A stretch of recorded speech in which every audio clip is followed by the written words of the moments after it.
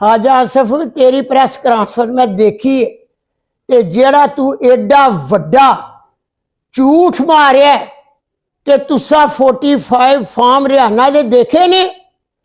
मैं बुला के मीडिया के थ्रू है पूरे 45 फॉर्म 350 दिखा रही हाँ। ते मैनू चैलेंज है तेनू मेरे वालों कि भाजी सफदर का बेटा में ते कल 4 बजे कचहरी आ जा ते उथे लोग कट्ठे हो जान ते अपने असली 45 फॉर्म तू भी ले आ ते फैसला लाइफ दे उत्ते दुनिया देखेगी कि सच्चा कौन है और झूठा कौन है। और जरूर आई भाजी सफदर का बेटा है ते मेरा चैलेंज है तेनू कि तेरे 45 मसले ने तो कल ले आया कचहरी च ते फिर मैं मनांगी कि ठीक है, नहीं तो ना आया तो फिर मैं दुनिया नूं कहांगी कि शिकस्त कबूल कर ली।